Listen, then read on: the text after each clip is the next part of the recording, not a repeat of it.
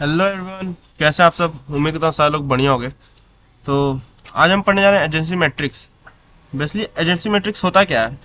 ये जो होता है ना, ये ग्राफ का मैट्रिक्स होता है। जब भी हम लोग ग्राफ को रिप्रेजेंट करते हैं तो दो तरीके में करते हैं। पहला एक एजेंसी मैट्रिक्स बनता है और दूसरा एजेंसी लिस्ट बनता है। ठीक है, एजेंसी लिस्ट। आज हम बेसिकली एजेंसी मैट्रिक्स को कवर करने वाले हैं। कल में एजेंसी लिस्ट को कवर करेंगे। ठीक है, तो इसमें क्या होता है, बेसिकली अगर एज प्रेजेंट है नोट्स के बीच में तो हम उसको फिलअप करते हैं 1 से, अदरवाइज उसको हम लोग 0 से फिलअप करते हैं। ठीक है, तो आप समझते हैं कैसे। बेसिकली देखो, ये तो पता है ना मैट्रिक्स बनता कैसे है तुम्हारा। ऐसा समथिंग कुछ मैट्रिक्स होता है। ठीक है, ये मान लीजिए तुम्हारा मैट्रिक्स है। ठीक है, इसमें फिलिंग कैसे करते हैं नोट्स की, देख लेते हैं। मैं मैट्रिक्स बना देता हूँ तुम्हारा। ठीक है, ये तुम्हारा मान लो मैट्रिक्स बन गई। ठीक है, अच्छा। अब तो इस केस में क्या होगा, तुमको एक ग्राफ गिवन होगा। एग्जांपल समझो, मान लो ये ग्राफ है तुम्हारे पास। ये कोई वर्टेक्स ए है। ठीक, ये वर्टेक्स बी है। ओके, ये वर्टेक्स सी, देन ये वर्टेक्स डी, एंड देन ये वर्टेक्स ई। ऐसा कुछ वर्टेक्स गिवन होगा और यहाँ पे कुछ एजेस गिवन होंगे। अभी हम बात करें अनडायरेक्टेड ग्राफ के लिए। ठीक है, सेम ऐसे तुम्हारा डायरेक्टेड ग्राफ भी होता है। पहले अनडायरेक्टेड समझ लो। ये मानो तुम्हें क्या है, ये तुम्हारा ग्राफ है। ओके, और ये तुम्हारे एजेस हैं। तो इसको फिल कैसे करोगे? इसको फिल करने का तरीका होता है ना, जितने नंबर ऑफ तुम्हारे वर्टिसेस हैं, जो जो वर्टिसेस हैं उन सबको रो वाइज और कॉलम वाइज अरेंज कर लो। ओके, तो रो वाइज कैसे, इधर ए हो जाएगा। ठीक, इधर बी हो जाएगा, इधर सी, इधर डी और इधर ई। ये क्या है, ये नंबर ऑफ रोज होंगे आपके। ओके, और इधर क्या है, ये number of columns A B C D E. ये क्या हो गए, ये तुम्हारे नंबर ऑफ कॉलम्स हो गए। ओके, अच्छा। देखो ये क्या है, ये तुम्हारा रो 1, रो 2, रो 3, रो 4 और ये रो 5। ऐसे ही कॉलम 1, कॉलम 2, कॉलम 3, कॉलम 4 और देन कॉलम 5। ठीक है, मैट्रिक्स ऐसे तो बनती है एम क्रॉस एन। याद है ना एम क्रॉस एन? एम क्या होता था, एम तुम्हारा रो होता था और एन तुम्हारा कॉलम होता था। इतना क्लियर है? चलो आप, अच्छा, इसको फिलअप कैसे करेंगे? तो यहाँ पे देखो, मैंने पहला पॉइंट्स लिखा हुआ है। अगर किसी भी दो नोट्स के बीच में कोई भी एज प्रेजेंट होती है तो हम लोग मैट्रिक्स में 1 फिलअप कर देते हैं, अदरवाइज 0 करते हैं। ठीक है, तो आओ। तो पहले तुम रो 1 और कॉलम 1 को उठाओगे। मैं लिख देता हूँ कौन सा रो 1 है। देखो ये रो 1 है तुम्हारा, ये तुम्हारा रो 2 है। ओके, ये तुम्हारा रो 3 है, ये रो 4, देन ये row 5। In a same way this is column 1, column 2, column 3, column 4, column 5। Okay, तो अब देखो ए के लिए ग्राफ में चेक करो, क्या ए के लिए कोई हमारे पास एज है क्या? देखो कोई रास्ता है क्या ए वर्टेक्स जाने के लिए? नहीं सर, ए के लिए कोई हमारे पास रास्ता नहीं है, ए से ए के लिए जाने के लिए। जब तुम ए उठाओगे ना तो ए के कंपेरेटिव सबको चेक करोगे, ए से बी सी डी ई, जितने भी तुम्हारे वर्टिसेस गिवन है। ओके, तो यहाँ वर्टेक्स कौन सा है, ए। तो ए से ए पे हम आ सकते हैं क्या? ऐसा कोई सेल्फ लूप दिया है क्या? नहीं सर, सेल्फ लूप नहीं दिया हुआ। तो इसका फीलिंग क्या हो जाएगा तुम्हारा, 0। क्यों? कोई भी एज प्रेजेंट नहीं है। अच्छा, ए से बी, अभी रो 1 के लिए हम लोग चेक कर रहे हैं ना, ए से बी के लिए जाओ। तो ए से बी के लिए क्या ग्राफ में तुम्हारे दिया है क्या एज? देखो ये नोड ए है और ये नोड बी, तो इसके बीच में एक एज दिया हुआ है, मतलब इनके बीच में कनेक्शन है, प्रेजेंट है कनेक्शन। तो इसको किससे रिप्रेजेंट करोगे? इसको रिप्रेजेंट करोगे 1 से, यानी ए से बी के बीच में एक है। अच्छा देखो, जब ग्राफ तुम्हारा अनडायरेक्टेड है तो इसका मतलब है ए से बी पे जा सकते हो तो बी से ए पे भी आ सकते हो। अनडायरेक्टेड का यही मतलब है। अगर डायरेक्टेड होता तब हम ऐसे हर एक नोड के जाके चेक करते हैं, लेकिन अभी अनडायरेक्ट मतलब समझ लो, अनडायरेक्टेड तरीके से समझा रहा हूँ तुम्हें। ठीक है, इधर देखो। अच्छा, अब देखो ए है, अब हम कॉलम 3 मतलब रो 1 कॉलम 3 के लिए जा रहे हैं। तो रो 1 पे क्या है, ए है, कॉलम 3 पे क्या है, सी। तो ए से सी के लिए कोई नोड प्रेजेंट है क्या बीच में, एज? बताओ। हाँ सर, ये एज प्रेजेंट है। ठीक है, इसको भी किससे फिल करोगे, 1 से। चलो, अच्छा, अब फिर रो 1 और कॉलम 4 के लिए जाओगे। तो रो 1 पे क्या है तुम्हारा, रो 1 पे ए है, कॉलम 4 पे डी है।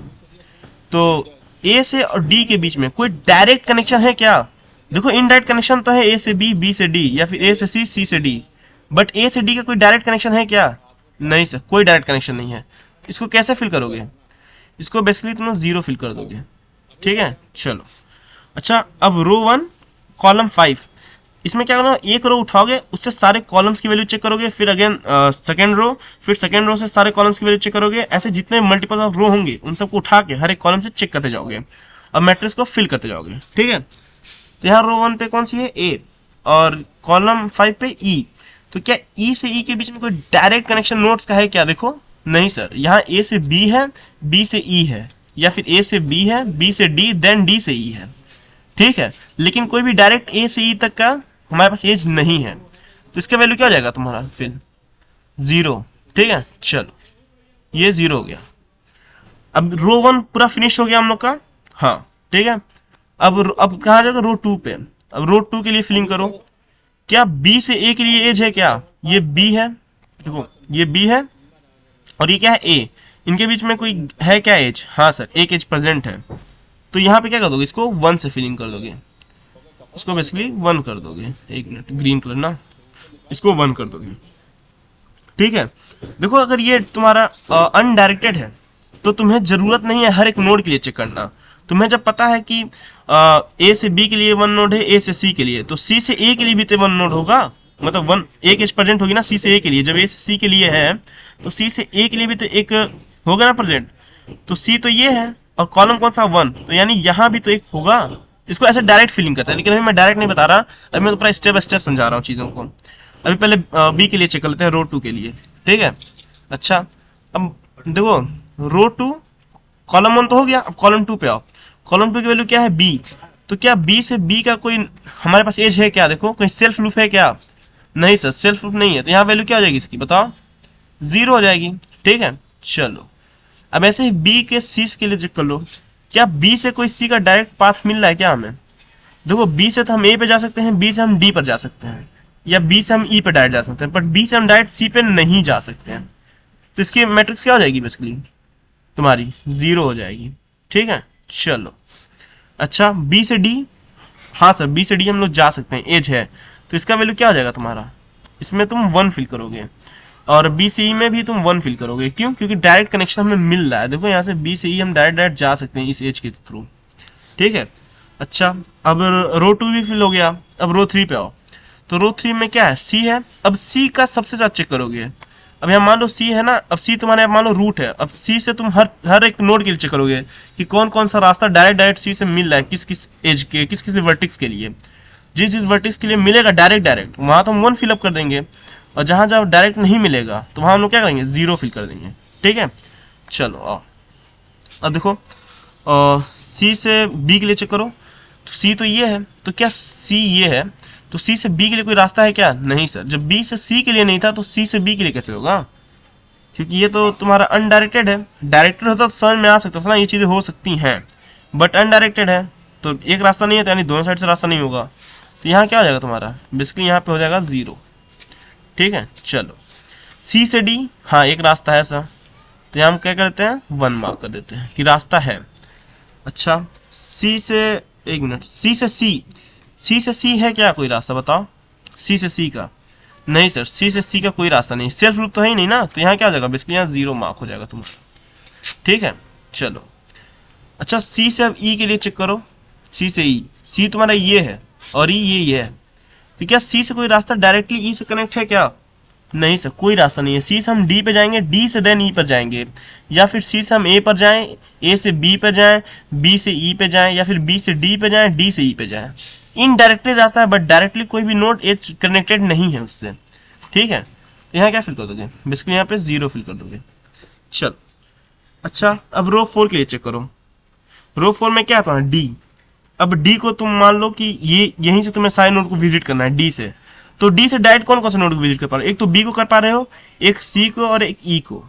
डी को डी से तो नहीं कर पा रहे हो ना, तो यानी बी सी ई इन 3 केस में क्या होगा? तुम्हारा वैल्यू 1 होगा, तो फिल कर दे रहे हैं। बी के केस में 1 होना था, सी के केस में 1 होना था, और ई के केस में 1 होना था। और जितने भी अब बचे उनमें क्या कर दो? 0 फिलअप कर दो, 0 0। ठीक है, चलो अच्छा ई के लिए चेक कर लो। तो ई के लिए तुम या तो बी पे जाओगे या तो डी के लिए जाओगे। तो ई के लिए जाओ तो या तो बी यानी ये, तो यहाँ पे 1 फिल कर दो, ठीक है, यहाँ पे 1 फिल कर दो। या फिर कहाँ जा सकते हो तुम, डी पे जा सकते हो, तो डी जहाँ है वहाँ पे 1 फिल कर दो। अब जितने भी प्लेसेस बचे उनको किससे फिल कर दो, 0 से, ठीक है। देखो ये बन गया तुम्हारा क्या, एडजेंसी मैट्रिक्स। इसी को एडजेंसी मैट्रिक्स कहते हैं हम लोग, ठीक है।